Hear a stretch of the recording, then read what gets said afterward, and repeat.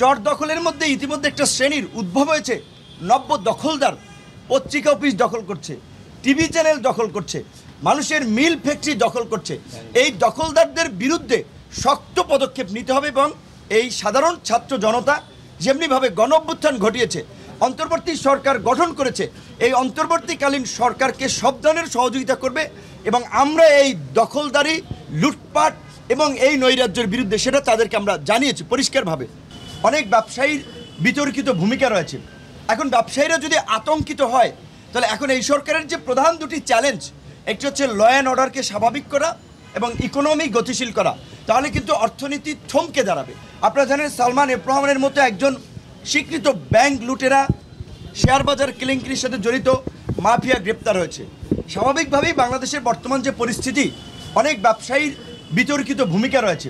এখন ব্যবসায়ীরা যদি আতঙ্কিত হয়, তাহলে এখন এই সরকারের যে প্রধান দুটি চ্যালেঞ্জ, একটি হচ্ছে ল অ্যান্ড অর্ডারকে স্বাভাবিক করা এবং ইকোনমি গতিশীল করা, তাহলে কিন্তু অর্থনীতি থমকে দাঁড়াবে। কাজে আমরা এটাও পরিষ্কার করেছি যে ব্যবসায়ীরা যেন হয়রানির না শিকার হয়।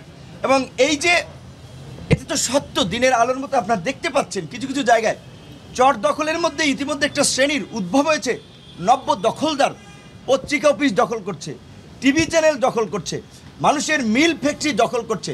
এই দখলদারদের বিরুদ্ধে শক্ত পদক্ষেপ নিতে হবে এবং এই সাধারণ ছাত্র জনতা যেমনিভাবে গণ অভ্যুত্থান ঘটিয়েছে, অন্তর্বর্তী সরকার গঠন করেছে, এই অন্তর্বর্তীকালীন সরকারকে সব ধরনের সহযোগিতা করবে এবং আমরা এই দখলদারি, লুটপাট এবং এই নৈরাজ্যের বিরুদ্ধে সেটা তাদেরকে আমরা জানিয়েছি পরিষ্কারভাবে।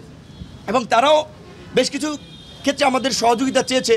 বিশেষ করে এই যে 15ই আগস্ট কেন্দ্রিক আপনারা জানেন যে একটা নৈরাজ্য তৈরির যে এই যে পলাতক প্রধানমন্ত্রী যে ইনস্ট্রাকশন দিচ্ছেন তার নেতাকর্মীদের মনোবল চাঙ্গা করার জন্য, আমরা বলেছি দেশের মধ্যে ওবায়দুল কাদের সহ আরও যারা এই গণহত্যায় জড়িত তারা দেশের মধ্যে ঘাপটি মেরে আছে এবং গোপালগঞ্জে দেখেছি আমরা তারা আস্ফালন ছেড়েছে।